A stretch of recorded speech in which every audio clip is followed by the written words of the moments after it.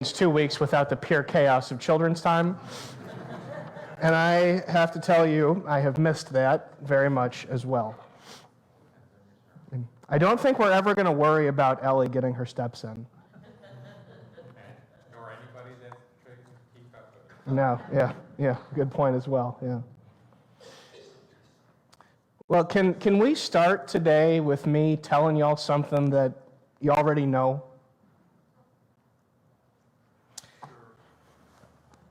Thanks. Thanks, Glenn. Glenn's given me permission, so I'm going to tell y'all something that you already know. Did y'all know that that this is racing country? No. Yes, it's raisin country. Yeah. If it were, a good raisin will go a long way. If it were raisin country, I would be out the door and on the interstate faster than you could say, hey. This is racing country. Racing country. Racing with a C. R-A-C-I-N-G. This is racing country. Sorry, this is R-A-C-I-N apostrophe country. Yeah. We gotta get that right. The moral of the story for today is I just don't prepare for my sermons at all, clearly.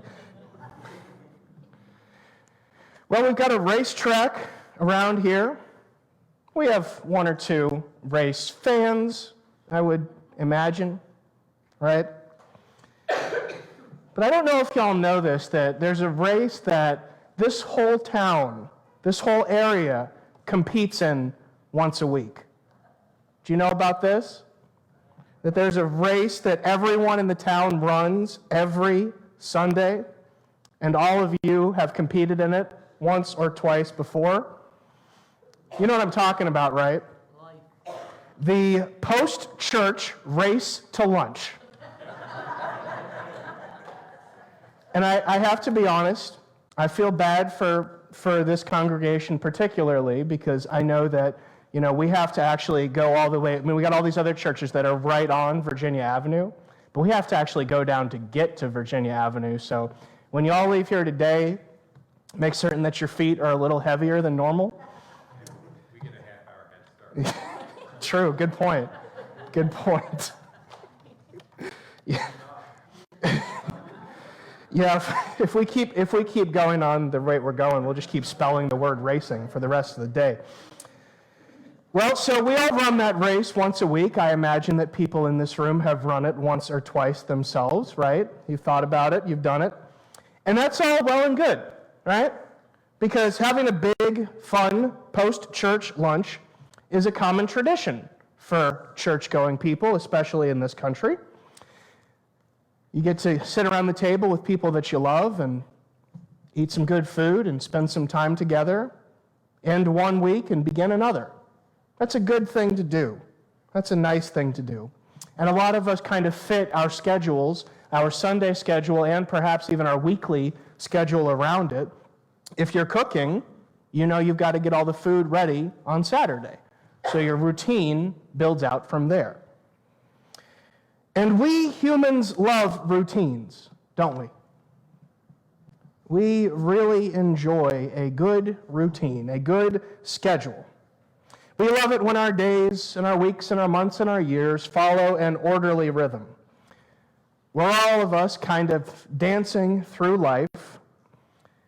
And you have to admit that it's easier to master the steps of this life dance when we have some music that's consistent when we're dancing. It's easier to follow a rhythm if you can always tell what the rhythm is and where the rhythm is going to take you. But did you know that sometimes our rhythms and our schedules and our routines can get interrupted a little bit? Did you know that sometimes the way that we lay things out and the way that things really happen are not quite the same?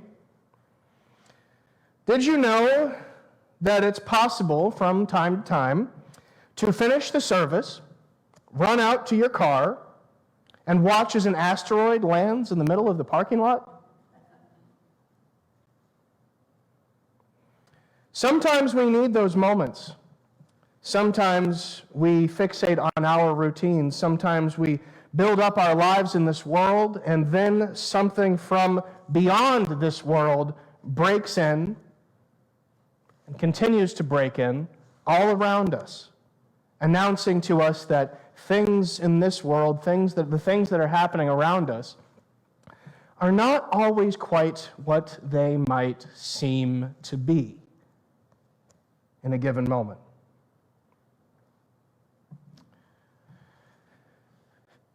The prophet Ezekiel has a lot to say about the ways that otherworldly things can collide with our worldly lives. He's someone who specializes in this kind of disruption, this kind of unsettlement. If there's anyone who understands well what it would be like to have God come crashing in to mortal life, it would be him. All of the prophetic books, Isaiah, Jeremiah, Micah, etc., are provocative, but Ezekiel distinguishes himself from the other prophetic books by giving us a portrait of God that, in a word, is weird. Deeply, profoundly, unsettlingly weird. Not cruel, not unjust, not unkind, not unmerciful, but fundamentally different from anything we're familiar with. For Ezekiel, God's image is less that of a gentle and caring parent and more of a fiery and untamed whirlwind. God's voice is less like a beautiful chorus of angels and more like the sound that fingernails make when they grate across a chalkboard. And there's nothing wrong with that. Nothing irreverent, nothing unholy. As Ezekiel knows, for us humans, God should be weird. God should be unsettling. God should be confusing. Because God is fundamentally unlike anything or anyone else that we will encounter in our day-to-day lives, in our lives as people. God might be loving. That word certainly can be used and should be used to describe who God is. But Ezekiel wants us to remember, too, that words like foreign or alien or just plain different could also be used to describe God, could also witness to some true thing about who our God is. And today, in the passage that we just heard a few minutes ago, Ezekiel presses onward on this theme, leaving us with a vision that is both weird and powerfully and profoundly unsettling. Today we look through Ezekiel's eyes as God transports him into a valley.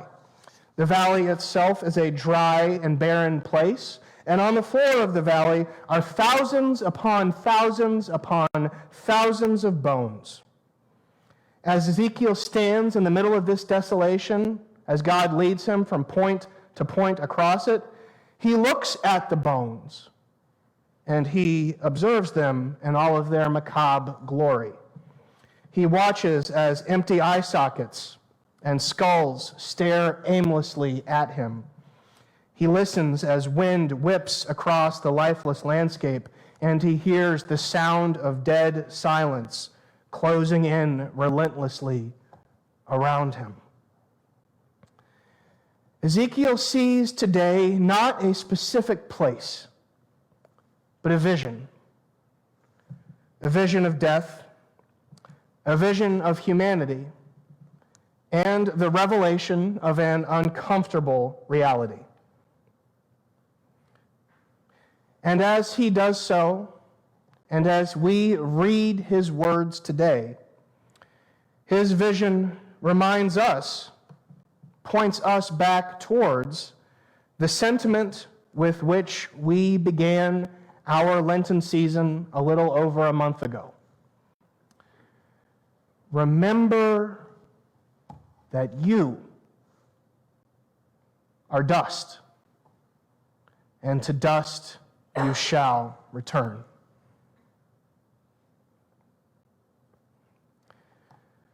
Since we began this Lenten season, this holy season, our task has been to continually strive to accept the reality that physically, intellectually, morally, and spiritually, we cannot transcend the dust that makes our being. This was true in Ezekiel's day, and it is true of us as well. Ezekiel's vision of a valley full of dry bones come after the people of Israel have descended into unfaithfulness and selfishness. And they come after the armies of Babylon came to Jerusalem and came into God's land and God's people and crushed them. And the people of God were left to struggle through life while coping with the trauma and grief of exile. Ezekiel's words are a reminder of just how limited, just how fallible, just how vulnerable we all are. And today, his words continue to ring true for us because as we read Ezekiel's words, we do so in a world in which his vision is not a mere poetic metaphor, but it's tragically, alarmingly real. Today, the horrors of the modern world, for all of its advancement and all of its wisdom, have produced fields full of actual human bones. Outside of old Stalingrad and in the deserts of the American Southwest and all across the world, fields of human remains lie whistling in the wind, testifying that as we follow the rhythms and schedules of our lives and as we build up our own routines, we do so in a world that continues to be actively hostile to human life and to human flourishing. Left to our own devices, we humans are pretty good at sending others back to the dust. We are less good, it turns out, at remembering that someday we will join them. That someday, no matter how hard we try to change, our human ways and our human hearts invariably lead us back to Ezekiel's vision until we ourselves are little more than dry bones bleaching in the sun.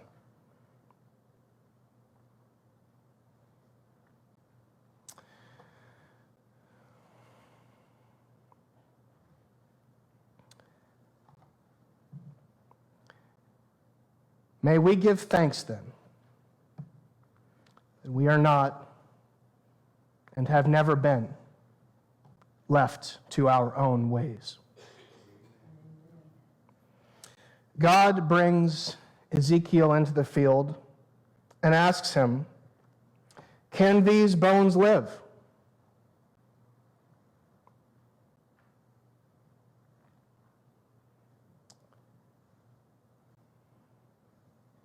Can they?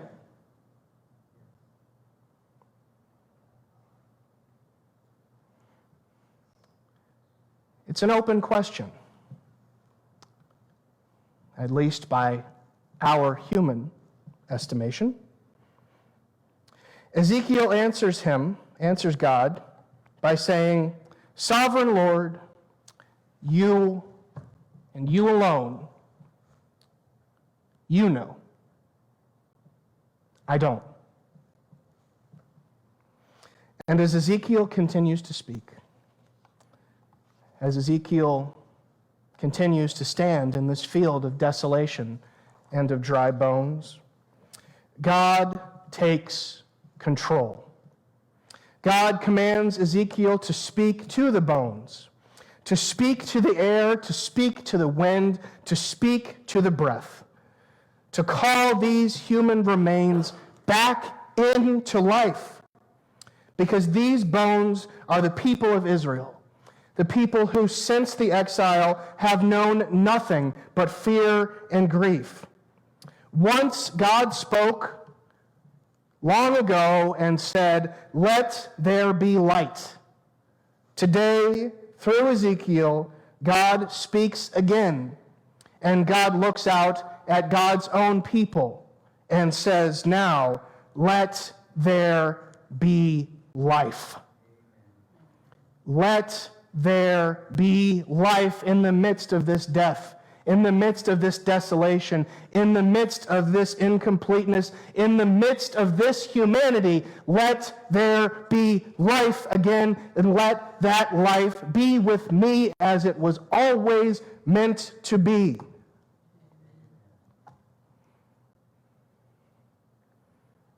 That's a victory we can all appreciate.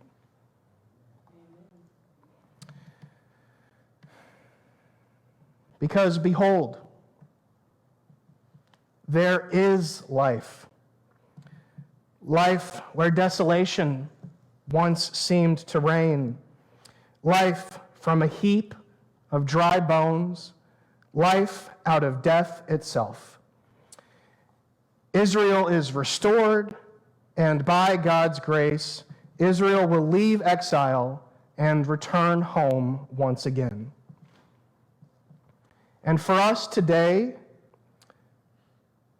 we cannot transcend our humanity, but when we encounter the God of Ezekiel, weird and alien and unsettling, may we rejoice and may we give thanks together that though we cannot transcend ourselves, transcendence has come to us.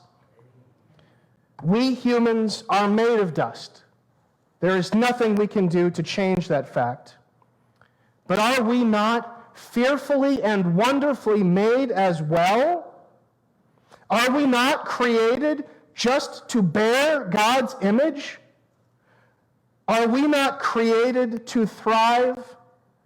In a word, are we not created to live? And does not real life mean so much more than being stuck in our routines and our schedules?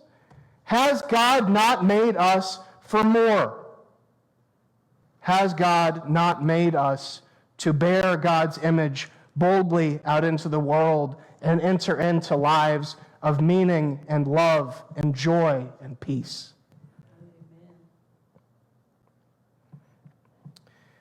In a few minutes, we will race out of this building and we'll get about the business of our lives.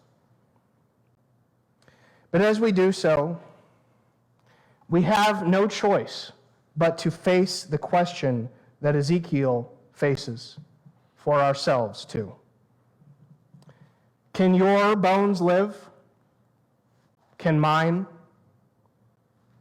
Today, we hear the answer.